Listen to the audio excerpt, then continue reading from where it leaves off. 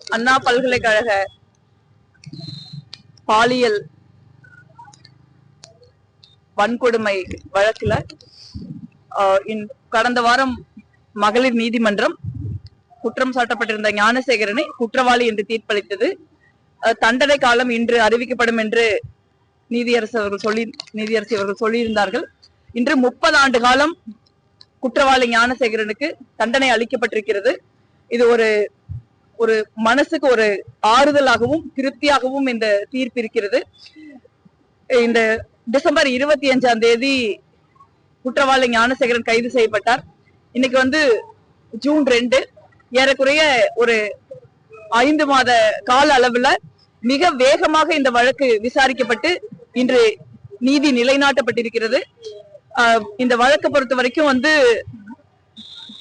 அந்த குற்றத்தினால பாதிக்கப்பட்ட பெண் எத்தனையோ சமூகத்தில் இருக்கிற பிரச்சனைகளை எல்லாத்தையும் தாண்டி அவரும் அவருடைய குடும்பமும் இந்த வழக்குல நம்ம நீதி கேட்கணும் அப்படிங்கிற உறுதியான ஒரு நிலைப்பாட்டோட தொடர்ந்து போராடினாங்க.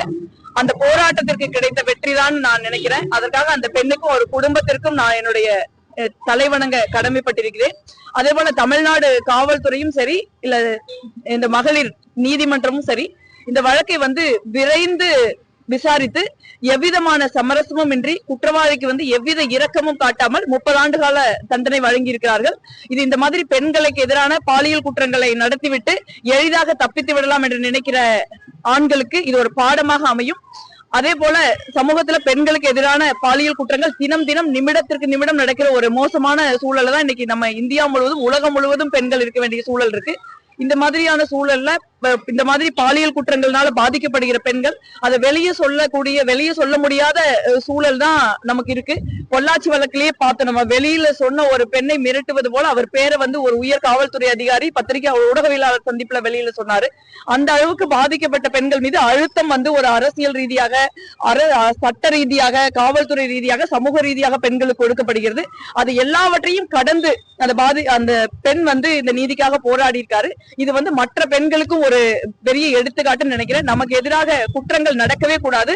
அந்த குற்றங்களை, பெண்களுக்கு எதிரான குற்றங்களை நடக்காம தடுத்து நிறுத்தக்கூடிய அனைத்து விஷயங்களையும், அது சட்டப்பூர்வமாக இருந்தாலும் சரி, இல்ல கல்வியில ஆரம்ப கட்டத்திலேயே குழந்தைகளுக்கு பெண்களை நம்ம உடலா பார்க்க கூடாது. பெண்கள் ஒரு செக்ஷுவல் ஆப்ஜெக்ட் கிடையாது. அவர்கள் நம்மளை போல அறிவும் உணர்வும் மிகுந்தவர்கள், தைரியம் மிகுந்தவர்கள். அவர்களை உடல் ரீதியா பார்க்க கூடாதுங்கிற ஒரு கல்வியை ஒரு ஜெண்டர் ஈக்குவாலிட்டி எஜுகேஷனை நம்ம பள்ளிக்கூடங்கள்ல கொடுக்கறதா இருந்தாலும் சரி, சட்டங்களை கடுமையாக்குறதா இருந்தாலும் சரி, நீதிமன்றத்துல விரைவாக தீர்ப்புகளை வர வைக்கிறதா இருந்தாலும் சரி, அதற்குரிய முயற்சியை அரசாங்கம் ஒரு சமூகமாக நாமளும் முன்னெடுக்கணும்னு நான் நினைக்கிறேன்.